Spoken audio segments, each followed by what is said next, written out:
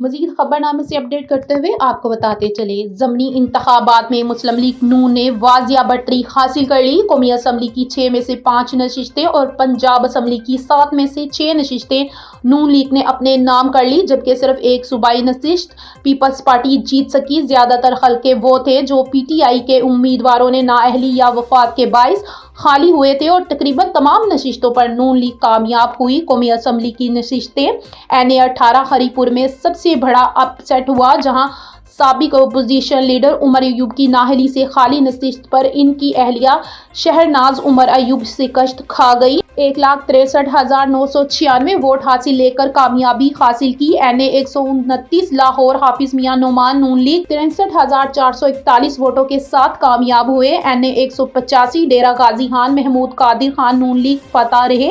N 148 Sahiwal محمد طفیل جٹ نون league نے 1,36,223 vote لیے۔